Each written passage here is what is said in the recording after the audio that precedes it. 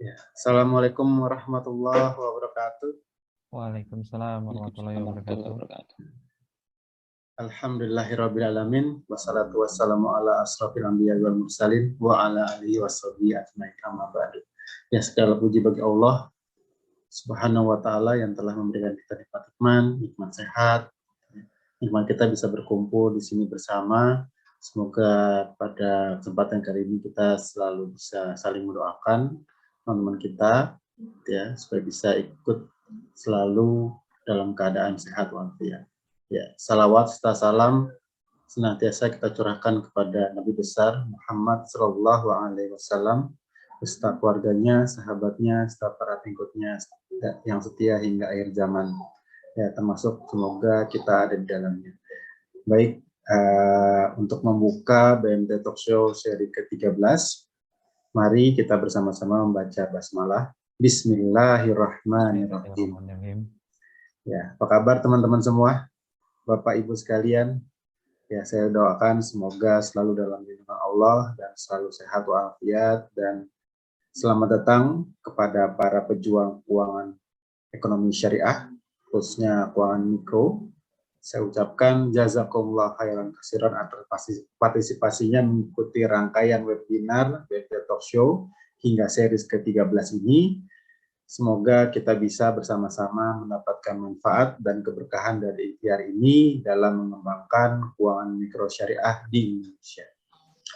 Ya, gimana teman-teman? Kemarin kita sudah membahas beberapa isu tentang BMT. Perkenalkan, sebelumnya nama saya Reda Sutama. Saya perwakilan dari NVS Syariah West Teknologi yang insya Allah akan membantu sekaligus membawakan kegiatan webinar BMT Talk Show seri ke-13 pada kesempatan kali ini. Sekedar info, BMT Talk Show series yang sudah kita lakukan dari 1 sampai 12 sudah diupload di YouTube. Bagi yang ingin menonton bisa silakan menghubungi admin Syariah West atau bisa WA di link videonya. Ya, sebelum kita mulai, saya kembali sedikit menjelaskan apa sih BMT Talk Show. Nah, BMT Talk Show adalah sebuah rangkaian webinar, yaitu sebuah rangkaian yang akan membahas berbagai isu terkini, terutama di dunia keuangan mikro syariah di Indonesia. Event ini merupakan hasil kolaborasi kreatif dari Syariah West Teknologi dengan Mikro Syariah ID. Ya, insya Allah BMT Talk Show ini akan diselenggarakan rutin ya setiap minggunya. Jadi teman-teman bisa di-subscribe dulu YouTube-nya, dan kalau memang ada perlu lebih lanjut bisa langsung hubungi admin. Baik, tujuan dari BMT Talk Show ini adalah sebagai ajang silaturahmi kita gitu ya, para praktisi di keuangan mikro syariah, itu sebagai bentuk wadah untuk kita bisa brainstorming, sharing knowledge yang kita punya, membahas isu terkini, ya, membahas isu-isu tentang keuangan syariah, terutama dalam hal di ranah digitalisasinya. Baik.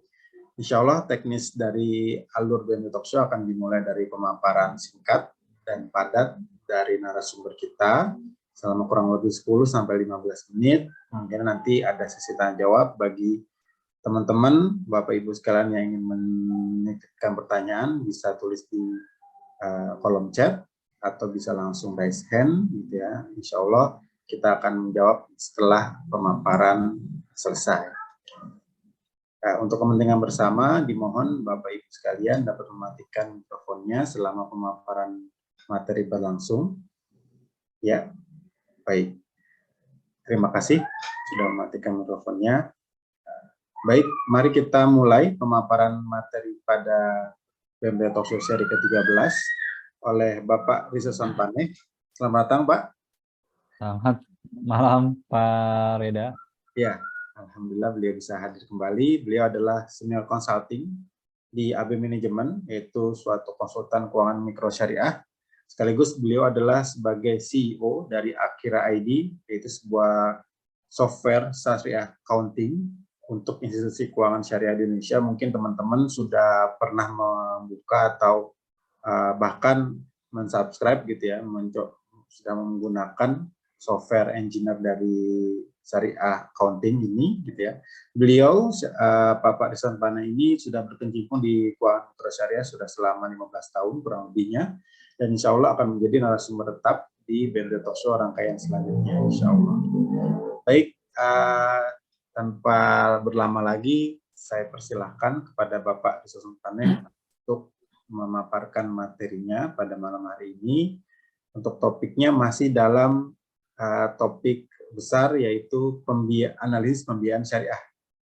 Yang terakhir ya Pak ya, insya Allah ya. Insya Allah. Teman-teman yang tadinya sebelum mengikuti rangkaian terakhir ini mungkin bisa dicek di YouTube kita gitu ya, atau bisa di admin, nanti akan disampaikan link videonya. Baik, Bapak Rizwan Pane, dipersilahkan. Baik. Terima kasih Pak Reda. Bismillah. Assalamualaikum warahmatullahi wabarakatuh. Inna hamdalillah nahmaduhu wa nasta'inuhu wa nastaghfir wa na'udzu billahi min shururi anfusina wa min sayyiati a'malina may yahdihillahu fala mudhillalah wa may yudlil fala hadiyalah. Asyhadu an la ilaha illallah wahdahu la syarikalah wa asyhadu anna Muhammadan abduhu wa rasuluhu la nabiyya ba'da. Alhamdulillah, kita panjatkan puja dan puji syukur kita kepada Allah Subhanahu wa taala yang banyak memberikan kita nikmat iman, nikmat Islam, dan juga nikmat-nikmat lain yang Allah berikan kepada kita semua. Semoga dengan nikmat yang Allah berikan kepada kita, kemudian kita terampil untuk bersyukur, Allah akan tambahkan nikmat kita yang lain. Salawat dan salam tidak lupa kita curahkan kepada junjungan kita Nabi Muhammad SAW beserta para sahabat, keluarga, dan orang-orang yang terus beristiqomah di jalannya hingga yaumil akhir nanti. Semoga kita termasuk orang yang komitmen dan konsisten untuk mengamalkan apa yang diajarkan oleh Rasulullah SAW, termasuk bagaimana dengan cara kita berekonomi. Nah, pada malam hari ini kita akan membahas session materi terakhir dari analisa pembiayaan BMT. Nah, mudah-mudahan materi ini memberikan insight yang akan melengkapi dari pertemuan-pertemuan kita yang sebelumnya. Nah, seperti biasa, saya akan selalu mengulang-ulang terkait dengan paradigma pembiayaan syariah. Nah, ini unik karena ini akan memberikan satu kesadaran pada kita bahwa pembiayaan itu tidak sama dengan kredit. Karena sampai dengan hari ini pun para praktisi keuangan syariah itu masih belum bisa membedakan apa itu pembiayaan, apa itu kredit.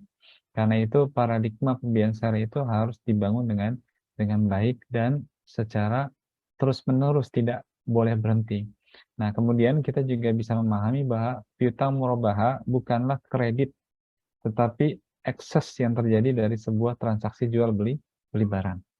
Kemudian pembiayaan itu melekat dengan akad apa yang digunakan. Jadi tidak bisa dikatakan pembiayaan, saya ingin mengajukan pembiayaan untuk jual beli, untuk berbagi hasil. Nah, itu harus dirubah pelan-pelan sehingga kalau kita ingin melakukan kerjasama, contoh dengan akad mudharabah, maka kita harus mengatakan mudharabah, bukan pinjaman berbagi hasil, melainkan kerjasama usaha di mana satu pihak pemodal dan lainnya yang melaksanakan usaha. Nah, ini paradigma-paradigma ini yang harus kemudian dikembangkan terus dalam kehidupan sehari-hari atau dalam kita berinteraksi dengan ekonomi atau dengan pembiayaan atau dengan BMT. Nah, ini memang istilah-istilah yang harus dikembangkan. Karena kalau bukan orang BMT yang mengembangkan istilah-istilah ini, siapa lagi? Ini yang harus menjadi catatan. Nah, kita akan mulai analisa pembiayaan. Nah, ini kita akan mulai dari tujuan analisa pembiayaan secara sederhana, yaitu bagaimana bisa menilai tingkat kelayakan usaha. Seperti kemarin yang saya sampaikan, pertemuan hari ini kita akan lebih banyak melihat praktek dokumen bagaimana kita menganalisa pembiayaan. Tapi sebelum itu dimulai, kita harus menguatkan dulu bahwa tujuan analisa pembiayaan secara basically itu adalah menilai tingkat kelayakan usaha.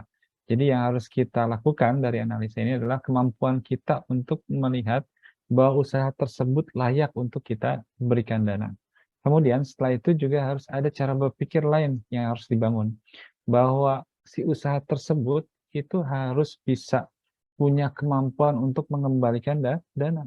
Karena kalau itu tidak terjadi, kita bisa bayangkan keuntungan yang diterima BMT setiap bulan itu tidak seberapa dengan nilai uang yang nanti hilang, ya, atau gagal terbayarkan oleh pihak anggota yang memanfaatkan dana dari BMT. Nah, ini yang harus kita perhatikan sebagai tujuan kita, bahwa analisa pembiayaan, kemudian kita memberikan dana kepada orang lain, itu adalah untuk mencapai satu tingkat bahwa orang tersebut punya kemampuan untuk mengembalikan dana kita kembali, bukan sampai pada batas oh dia layak untuk diberikan pembiayaan karena usahanya sudah sangat layak, bukan. Jadi tidak sampai di situ. Kita harus berpikir bahwa tujuan analisa pembiayaan kita itu sampai pada kemampuan si anggota itu mampu untuk mengembalikan dananya kembali. Nah, kemudian yang kedua adalah menentukan tingkat resiko calon mitra pembiayaan. Nah, ini sesuatu yang sangat sulit dilakukan di awal, karena untuk menentukan tingkat resiko calon mitra pembiayaan itu butuh waktu, butuh ketepatan, butuh kesabaran, dan butuh kefokusan. Terburu-buru kita dalam menentukan calon dari mitra pembiayaan kita, nah itu akan menghasilkan kesalahan 100% ke depannya. Nah, ini perlu dilakukan secara step by step. Ya, komitmen itu yang paling penting.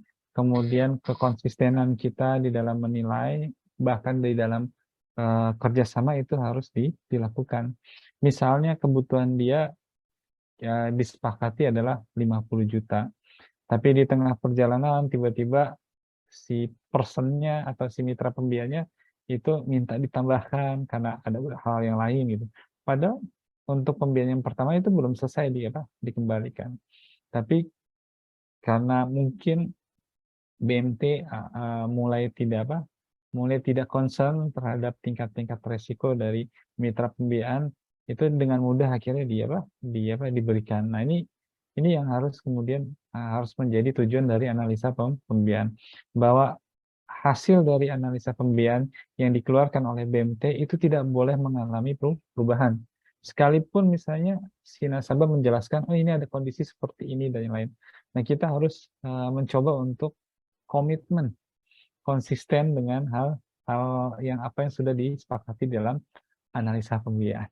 Jadi ini sangat sulit nanti menjaganya, terutama untuk BMT-BMT yang sudah besar, yang memiliki mitra pembiayaan itu yang karakternya itu sudah beragam-beragam.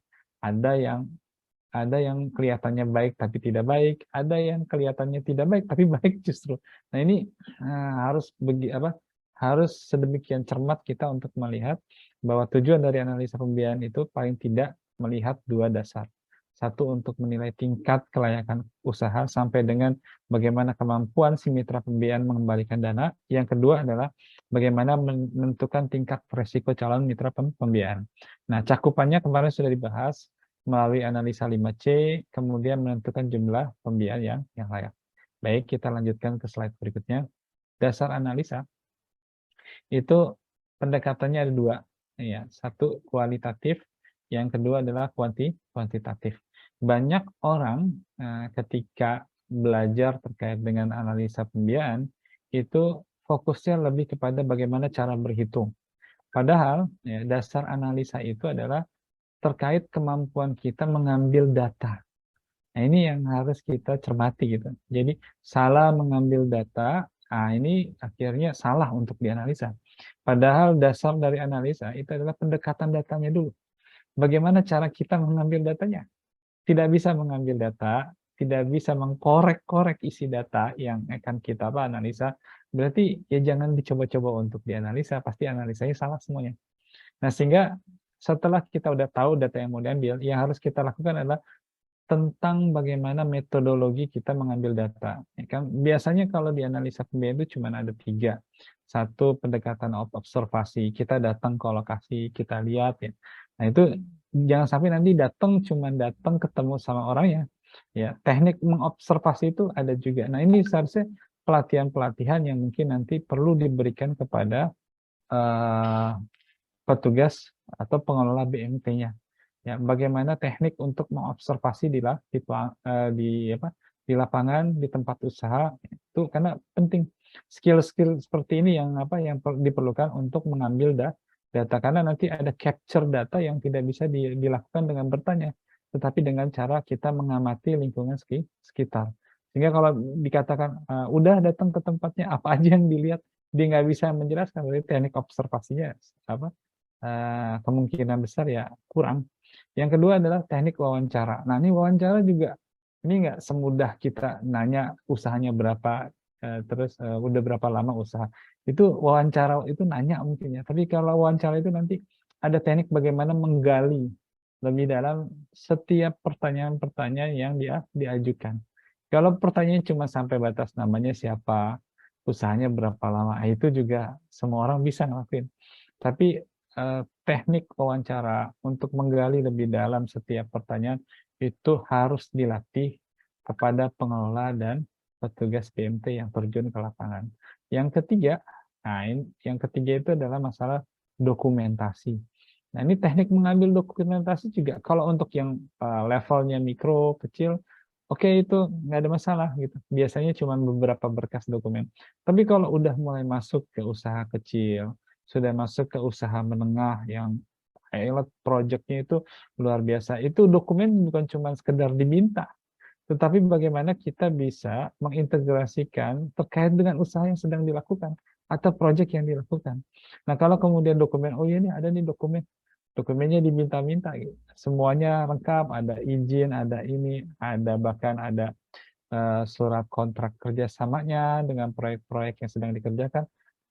Itu nggak cukup sampai di situ. Itu harus dibuat satu maps sehingga nanti kita bisa tahu sebetulnya project atau usaha yang sedang berjalan itu sudah sampai di mana. Sehingga pendekatan kualitatif, pendekatan kuantitatif itu tergantung pada dua hal. Satu terkait data yang akan kita ambil, kebutuhannya di lapangan seperti apa. Yang kedua, itu adalah bagaimana pendekatan metodologi kita mengambil data. Biasanya cuma ada 3. Satu observasi, yang kedua wawancara, yang ketiga adalah teknik metode pengambilan data adalah dengan dokumentasi. Nah, ini yang perlu kita kita bangun karena kalau misalnya si AO dengan marketing itu 2 hal berbeda itu sebetulnya. Ya, kadang-kadang yang justru dipelajari adalah orang jadi AO adalah bagaimana mencari nasabah. Padahal itu tugas marketing. AO itu tugasnya tidak mencari, dia harusnya sudah melakukan bagaimana pengambilan data, metodologinya, teknik analisanya, sampai dengan bagaimana menyajikan data untuk diberikan kepada komite pembiayaan sehingga bisa dilakukan sebuah penarikan keputusan. Nah, ini kita lewat. Nah, seperti janji saya, yang pertemuan ke-1, ke-2, hari ini kita akan membahas tentang bagaimana model. Tapi model yang kita dibahas malam ini model yang sederhana saja dulu, ya, karena kalau nanti terlalu tiba-tiba lompatan jauh, jadi agak susah untuk kita pahami. Nah, ini analisis pembiayaan model akad murabah. Saya buat jadi 2 model karena nanti model jual beli dengan model mudharabah ya yang berbagi hasil itu berbeda. Nah, ini pertama adalah data permohonan. Ini yang simpel saja. Kalau beberapa BMT pasti bisa lebih jauh lebih lengkap dari ini. Misalnya nama pemohon fulana, ada alamat, jenis, lama usaha. Ini sudah bisa menyajikan bagaimana karakter siapa sih si nasabah walaupun karakternya masih sedikit ya. Pertama, oh iya nih si fulana punya alamat rumah di Kampung Keputaran, Surabaya. Jenis usahanya perdagangan bakso dan lama usahanya baru 3 bulan. Nah, ini baru kita kenal cuma sampai batas ini. Nanti kan yang lainnya perlu dilengkapi ya dengan teknik dokumentasi, apakah KK, kemudian KTP, sampai dengan untuk menyatakan sebetulnya ini rumahnya ini kontrak atau punya sendiri atau punya keluarga. Itu kan pasti punya nilai-nilai yang berbeda-beda. Ini nanti bagaimana kita menetapkan sebuah nilai itu juga skor-skornya juga butuh keahlian. Ya kan, bagaimana, oh kalau misalnya dia punya sendiri, nilainya 100 lah. Kalau dia ngontrak misalnya 70. Kalau tinggal sama keluarga itu lebih rendah lagi jadi 40 misal gitu. Misal kalau dia nggak ngontrak, nggak tinggal ini cuma numpang di situ aja, itu berarti nilainya 0 misalnya. Jadi ada nama pemohon, alamat, jenis nama usaha, kemudian sampai dengan kegunaannya. Nah, orang yang biasa minjem kredit itu kalau ditanya kegunaannya itu nggak nyaman. Gitu pasti. Tapi di syariah nggak bisa, gitu harus pembelian gerobak bakso dan peralatannya, pembelian bahan-bahan baku dagang baksonya. Gunanya buat apa? Untuk memetakan sebetulnya mana nanti yang digunakan untuk kebutuhan investasi, dan yang kedua mana yang digunakan untuk modal untuk persediaan barang dagangnya. Dari sini kan nanti udah ketahuan, oh berarti dia harus beli gerobak. Ya, apakah nanti 3 bulan apakah tadinya nggak punya gerobak terus beli gerobak sekarang, nah ini jadi ini.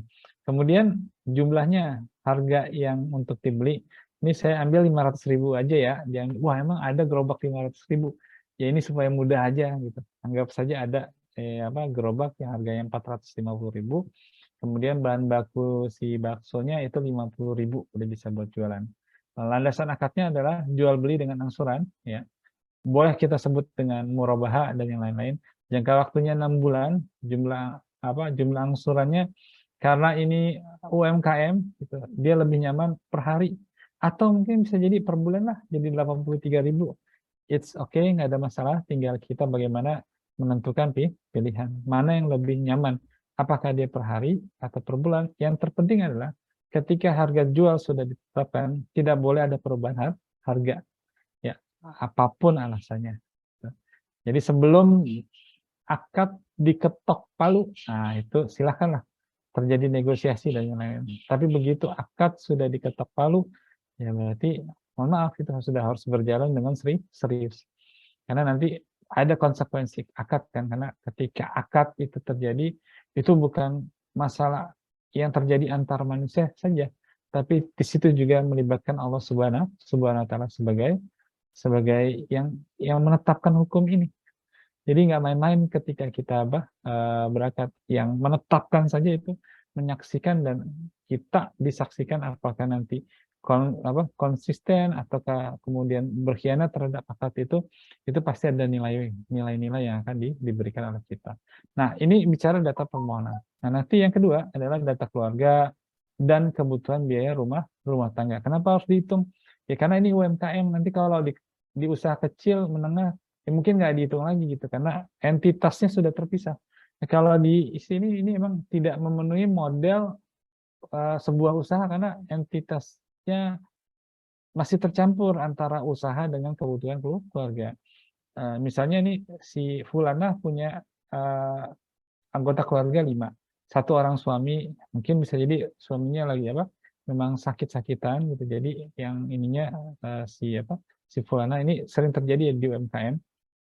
3 orang anak kandung, kemudian 1 orang tua. Nah, jadi ada 5.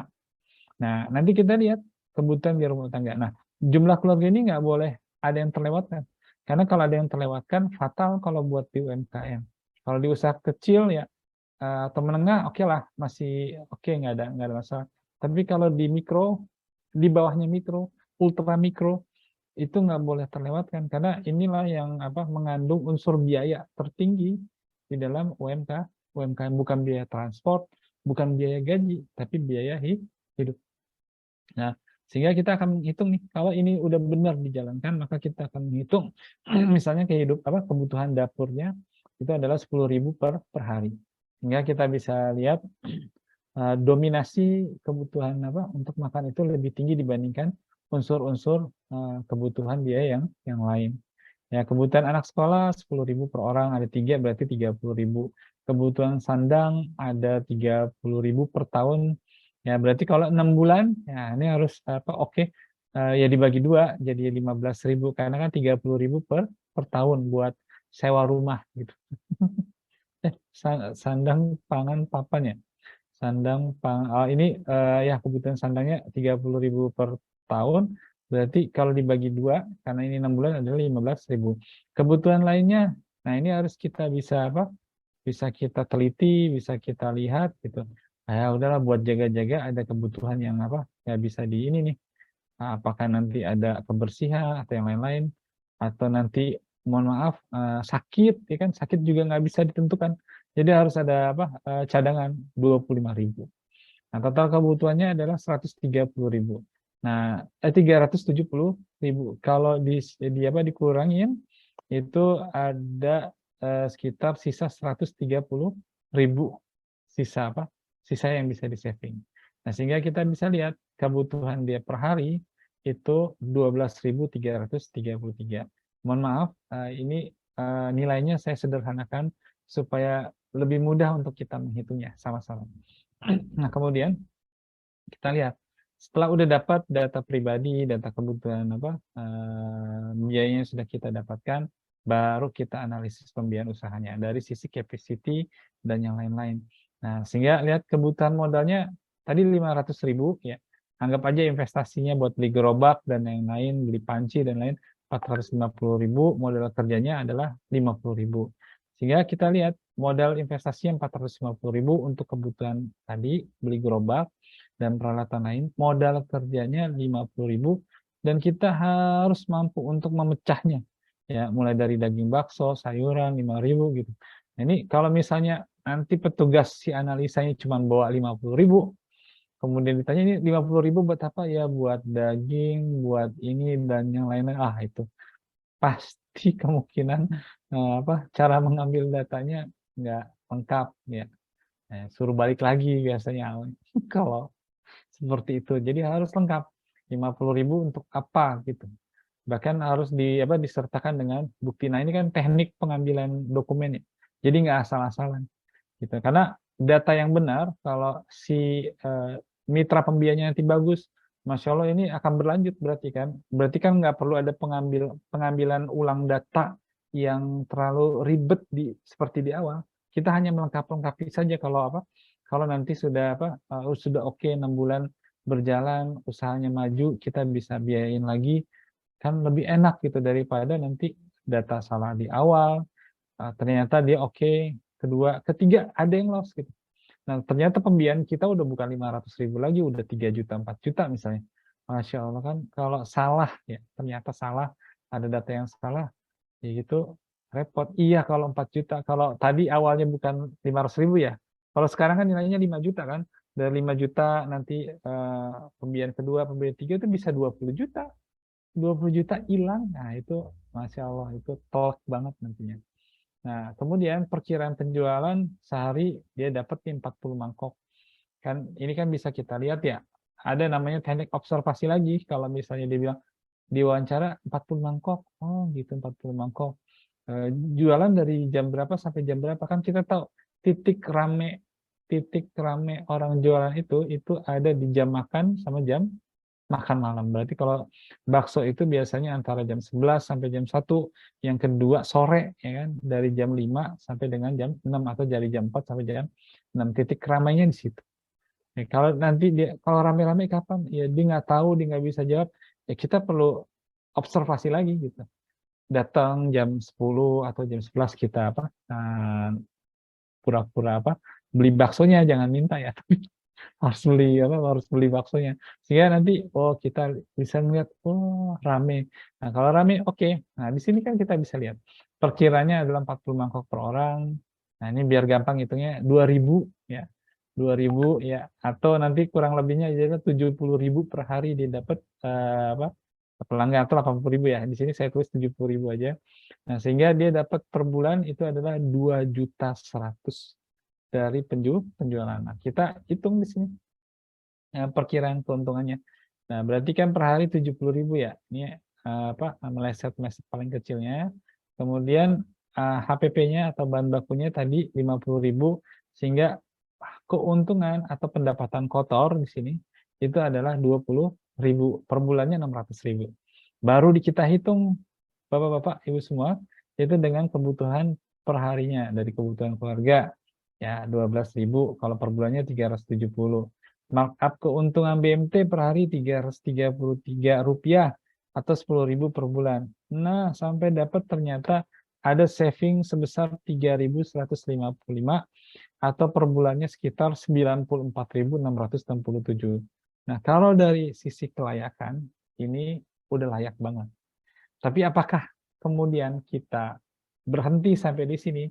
Ini hanya hasil output, Pak. Tapi yang paling penting tadi yang saya katakan adalah bagaimana teknik mengambil data dan bagaimana kita ini menjalankan metodologi pengambilan datanya gitu. Ini hasil akhir. Kalau hasil akhir kayak begini gitu, enak dilihatnya. Tapi sebetulnya nanti bagaimana bukti ini pembelian dagingnya, ininya, kemudian bagaimana mempertanggungjawabkan 40 mangkok ini. Kenapa bisa muncul 40 mangkok? Ini harus bisa dijabarkan dengan baik. Nah, nanti mudah-mudahan kita bisa banyak diskusi. Nah, kemudian tadi model akad murabahah, sekarang mudharabah. Teknik ini juga beda di mudharabah. Ini hampir sama terkait data permohonan, tapi yang berbeda di sini dia. Ya, nisbahnya muncul. BMT 30%, si nasabahnya 70%. Nah, jumlah angsuran 2.500 per hari atau 75.000 per bulan. Ya. Modal kerjanya 50.000 itu tidak dilakukan angsuran, namun dapat dikembalikan pada saat jatuh tempo. Kenapa ada pemisahan antara benda investasi dengan modal kerja? Nah, ini bedanya antara akad murabahah dengan akad mudharabah. Karena kalau di mudharabah, kalau modal kerjanya ditarik, disuruh dikembalikan, jadi nggak bakalan bisa muter. Karena yang 50.000-nya itu kan itu dipakai buat persetujuan. Nah, dia dibalikan ya kalau nanti sudah 6 bulan. Nah, sehingga nanti yang dikembalikan apa? Investasi. Kalau investasi mah dikembalikan aja. Karena kan bentuknya juga bukan uang yang beredar, dia memang tetap. Tinggal ditentukan apakah per harinya 2.500 atau 1.000, itu nggak ada masalah. Nanti di akhir jadi lebih besar, it's okay, itu nggak ada masalah. Tapi untuk memudahkan penghitungan biasanya para BMT itu di flat. Padahal sebetulnya nggak harus di flat juga gitu. Bisa juga di flat sesuai dengan kemampuan untuk yang barang investasi ya. Nah, itu nanti di akhir saat pengembalian. Dan itu juga harus diajarkan bagaimana UMKM untuk membuat cadangan. Paling penting itu, karena kalau kita menggunakan akad mudharabah itu sangat wajib para BMT untuk membina para UMKM itu untuk menabung atau membuat cadangan. Kalau tidak berhasil, ini kesulitan dua-duanya. Si UMKM-nya sulit, si BMT-nya juga pasti sulit. Gitu. Karena apa? Karena nggak ada uangnya kepake buat jajan. Jajan itu kalau 500 sekali 2 kali, Masya Allah, nggak terasa total hilang aja duitnya, 20.000 sehari. Nah, ini sama dengan kalau kita tarik dengan yang sekarang, kita jajan 10.000, 20.000, 30.000, nggak terasa, Masya Allah, itu tiba-tiba udah 100.000 aja sehari udah habis. Kalau buat UMKM itu terasa banget ininya. Nah, sehingga nanti kontrol buat para BMT untuk mengarahkan para UMKM untuk membuat cadangan dan nabungnya di BMT itu sangat wajib. Nah, ini kebutuhan dapurnya hampir sama tadi ya, kita nggak perlu menghitung ulang. Nah, bagaimana teknik ininya berbagi hasilnya? Kita lihat sama seperti tadi, kita menghitung penjelasan perincian modalnya 40 mangkok sama, dan pendapatan per bulannya adalah 2.100.000. Nah, kita tetap hitung perharinya mulai dari penjualan, HPP sampai dengan pendapatan kotor 20.000. Nah, di sini bagi hasilnya adalah 30% dari sub total atau pendapatan bersihnya sebesar 16.000. Nah, ini untuk bagi hasil BMT. Nah, yang 11.000 si UMKM-nya itu disuruh menabung. Sebesar berapa? 278. Sampai nanti ada simpanan resiko 2% sales, itu tetap diajarkan. Masya Allah. Kalau UMKM-nya udah diajarin kayak begini ya, cara menanggung resikonya, bagaimana mengelola resiko cadangannya dan yang lain-lain. Wow, pasti jadi keren ininya, karena didampingin saja sama BMT, resiko fluktuatif naik turunnya itu bisa ada gitu. Apalagi kalau tidak didampingi BMT itu bisa terjun bebas gitu karena dia bingung mau kemana gitu. Biasanya terjun aja dulu bebas, begitu udah bangkrut nanti dia cari pinjaman lagi akhirnya terus terikat dengan hutang. Nah, kalau bisa kan pada saat dia turun ada landasan, dikasih modal karena kita memang udah mengikat kemudian sudah memperhatikan siklus usahanya. Kecuali memang ada perubahan di orang ya, yang tadinya rajin jadi tidak rajin, ya itu udah nggak bisa ditolong itu. Kalau kayak begitu, tapi kalau dia rajin, buka usahanya, konsisten dan lain karena memang ada siklus usaha yang memang turun, kadang-kadang turun, kadang-kadang naik, itu ada baik karena kan ketika dia turun, naiknya itu nggak akan lama gitu, paling 2 minggu atau 3 minggu dia udah naik lagi pelan-pelan, oke lagi gitu. Nah, sehingga kita bisa lihat di sini, sebelum mendapat pembiayaan, kemudian setelah mendapat pembiayaan, itu kita bisa bandingkan. Ya kan, bagaimana peningkatannya keuntungan bersihnya 80.000 setelah mendapatkan pembiayaan itu adalah 97.000. Kenapa seperti itu? Karena dengan adanya permodalan itu bisa meng-coverage dari kebutuhan biaya-biaya yang terjadi sehingga kita bisa lihat keuntungannya bisa lebih banyak, tapi untuk biaya-biaya hidupnya bisa tercover dengan baik ya. Asal jangan ada penambahan gaya hidup. Kalau tadinya misalnya 450.000 gitu kan keuntungan usahanya kita bisa lihat di nomor 3. Kemudian di 600.000 menambahkan lagi gaya hidup yang tadi jajannya ini kemudian naik lagi ya. Ya sama aja nggak ada peningkatan. Padahal yang kita inginkan adalah dari 21% peningkatan ini sebagiannya ada yang ditabung. Ya, kenapa seperti itu? Walaupun nabungnya cuma 10.000 sehari atau 5.000 sehari, nggak apa-apa. Yang kita lihat bukan hari ini, tapi kekonsistenan dia nabung. Nanti nabung lagi, kalau usahanya maju dikit lagi 10.000. Wah, tiba-tiba di tengah jalan kepake buat anak sekolah dan lain. Nggak apa-apa, justru tujuannya itu.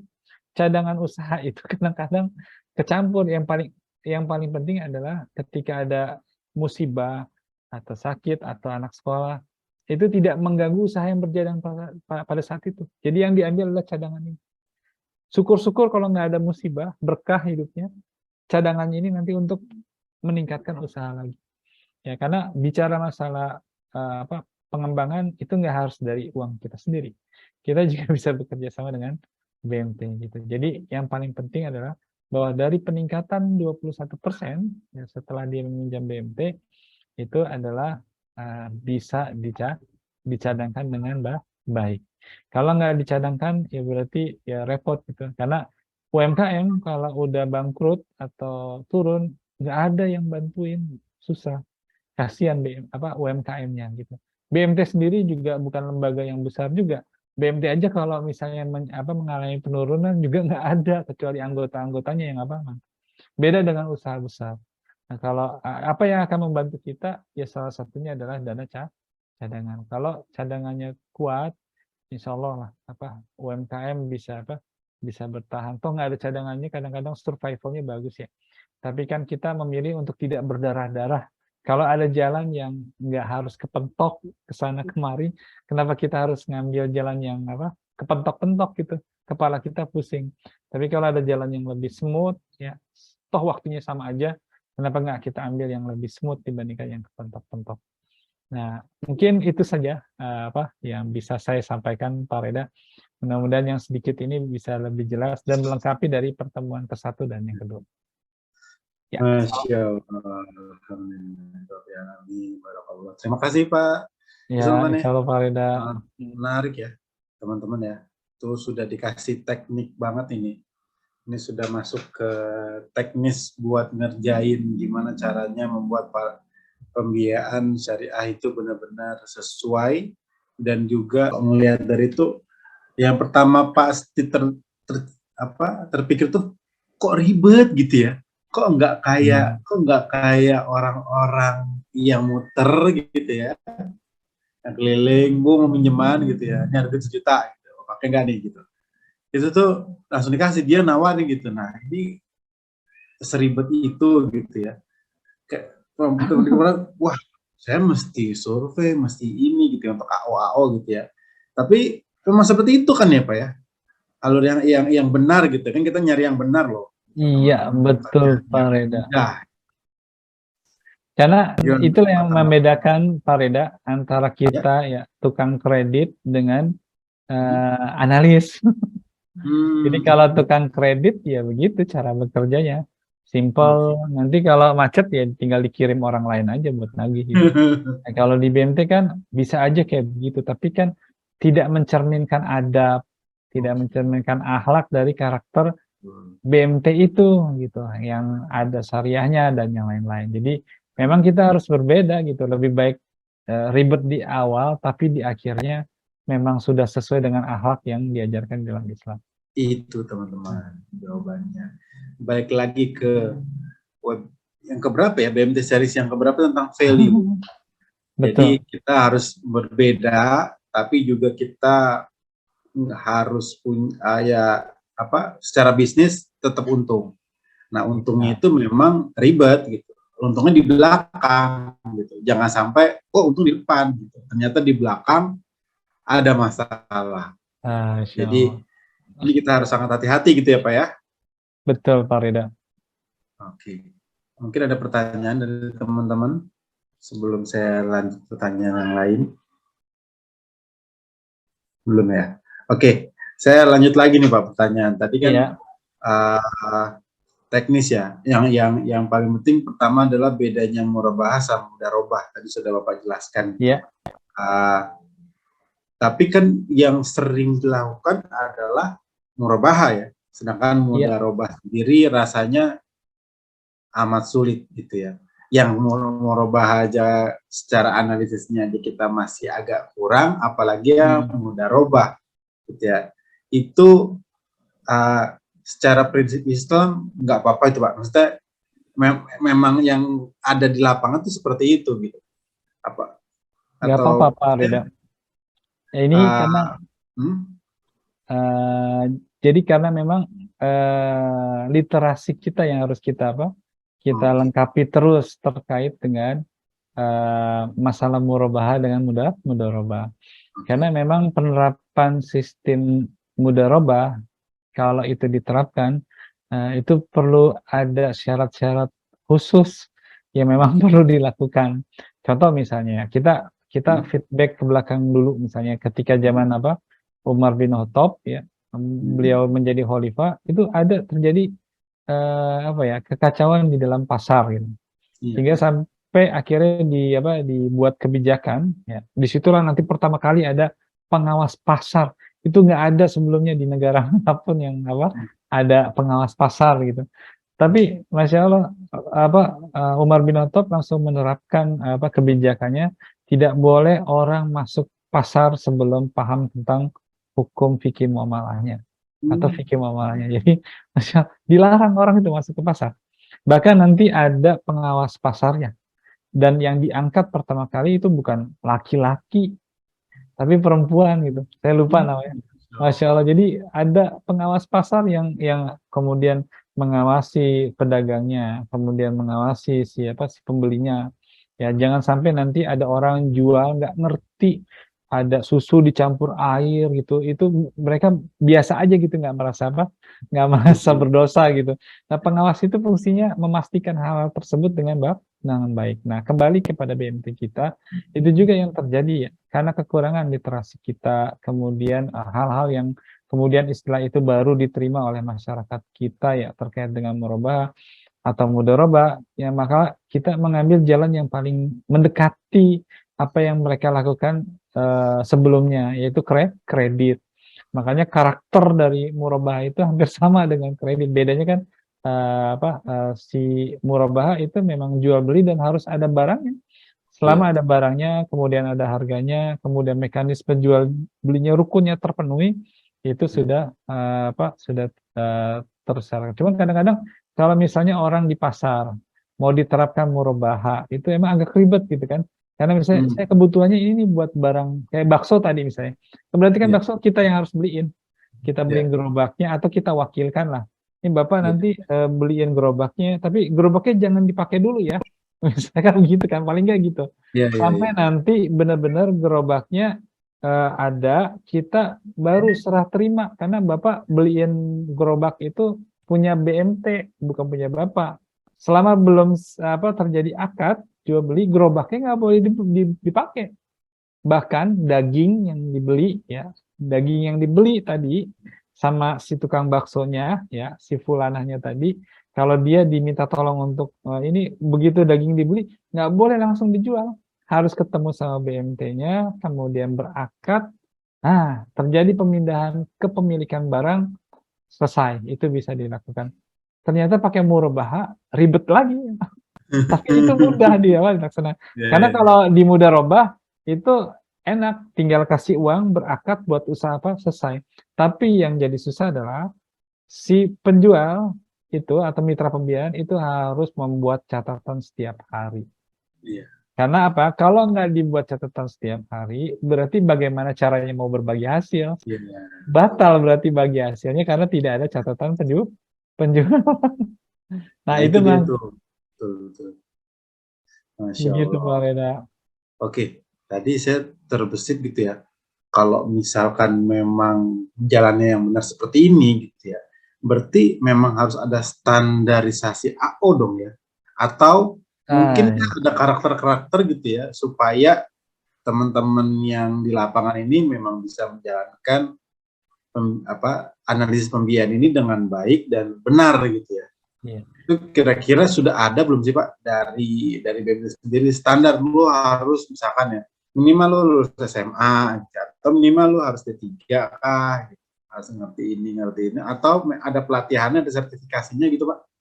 Sebetulnya kalau standar hampir sama lah standarnya kayak apa yang ada di bank atau yang lain. Tapi Ya, kalau kita ingin mengembangkan pertanyaannya Pak Reda tadi lebih ya. kepada sesuatu yang lebih ideal di dalam lembaga Hah? keuangan Islam, harusnya AO itu dikhususkan. Ada Hmm. AO yang menangani murobaha ya atau jual beli, seluruh jual beli nanti ada akad murobaha, ada salam, ada istisna, kemudian ada kata-kata yang lain, itu satu orang ya, nggak boleh orang yang ahli di jual beli itu menangani yang sifatnya investasi seperti mudharabah karena Hmm. beda karakternya. Satu Iya. lagi, nanti ada AO yang memang dia dikhususkan untuk ijaroh atau sewa.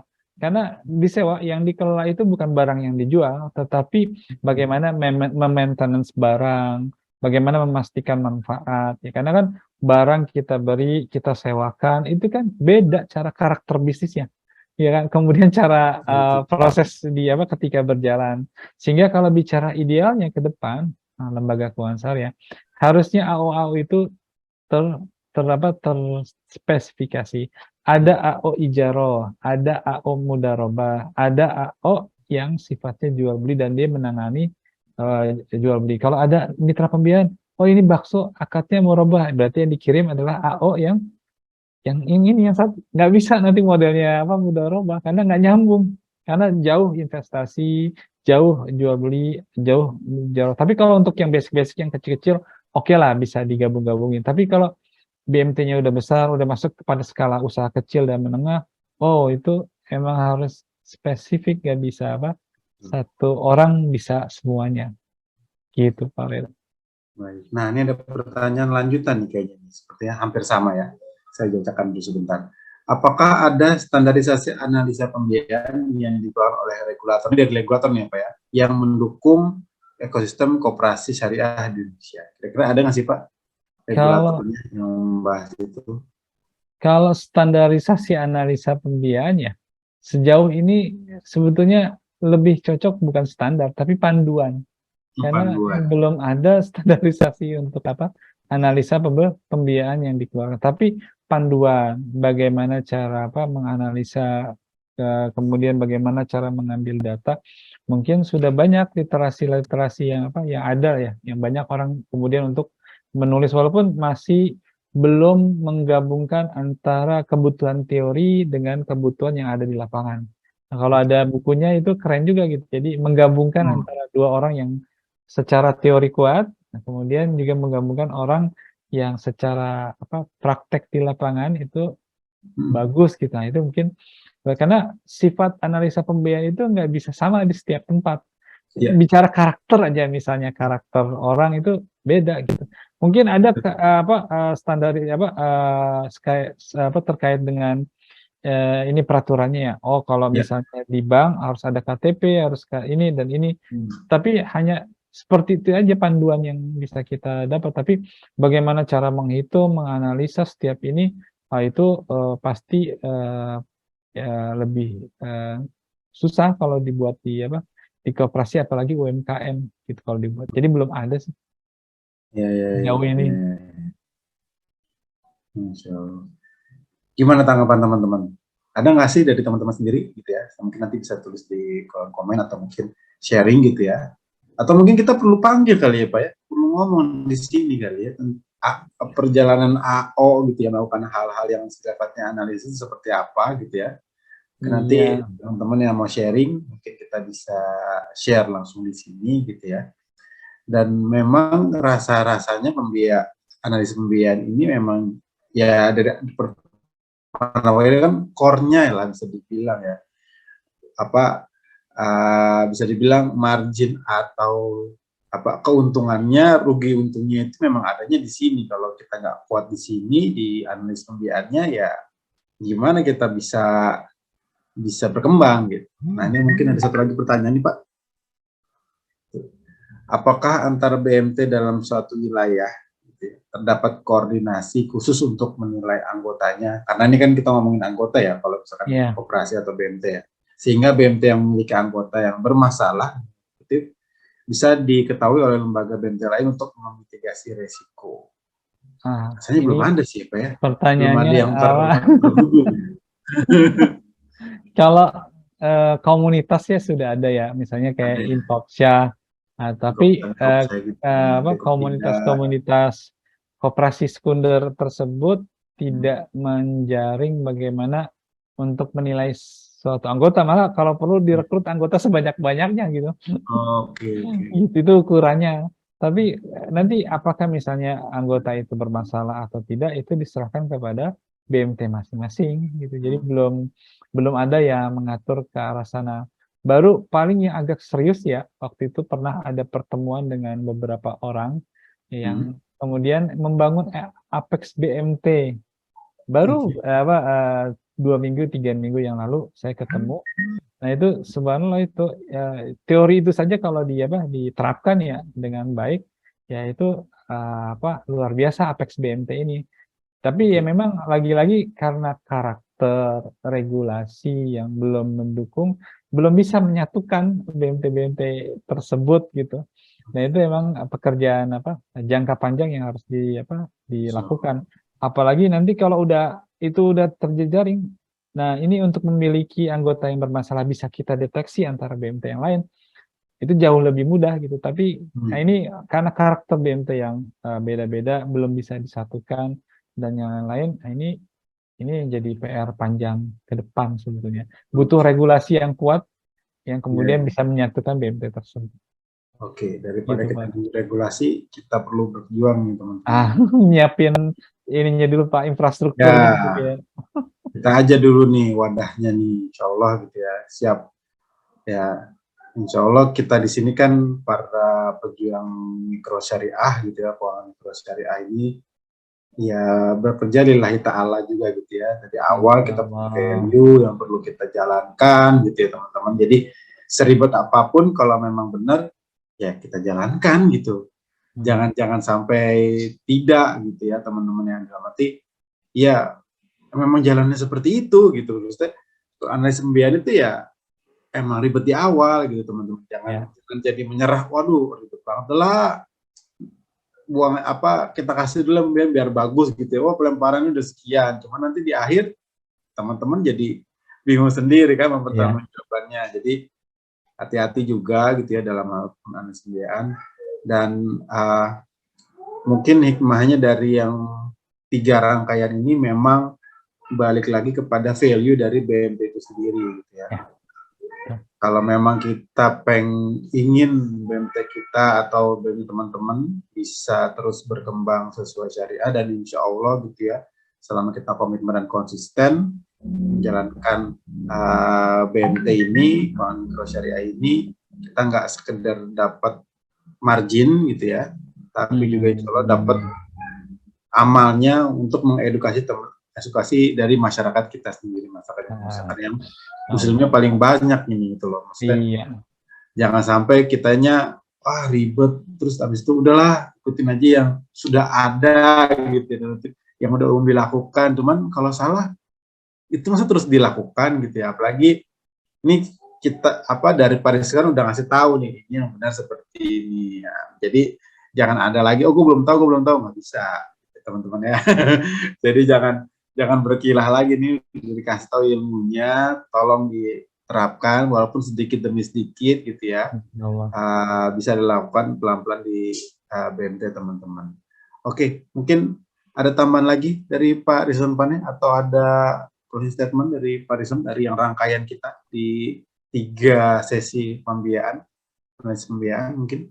Iya, kalau sebagai closing statement mungkin tadi gitu ya, apa yang saya sampaikan selalu di awal ya tentang paradigma pembiayaan syariah, bahwa kita harus mulai dari sekarang membiasakan istilah-istilah yang melekat pada akadnya gitu. Tidak lagi mengatakan pembiayaan itu untuk semua kata.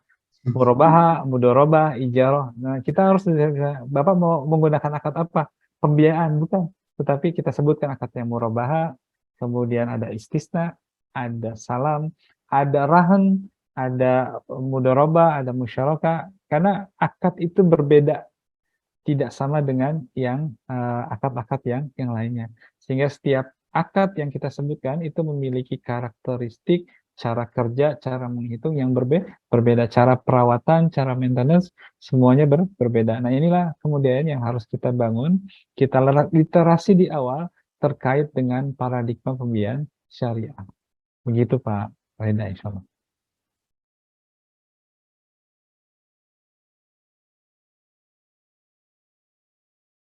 Pak Reda, mohon maaf, masih unmute, Pak.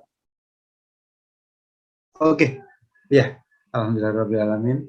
Ya gitu teman-teman, jangan sampai kita tidak menggunakan ilmu yang kita sudah dapatkan, sudah kita tahu, dan juga percayalah gitu ya, kekuatan dari konsisten, komitmen di jalan yang benar, insya Allah gitu ya, bisa membuahkan hasil untuk teman-teman sendiri gitu ya, termasuk untuk kita sebagai para pejuang ekonomi mikro syariah gitu ya, di BNT ini punya potensi yang besar bagi teman-teman.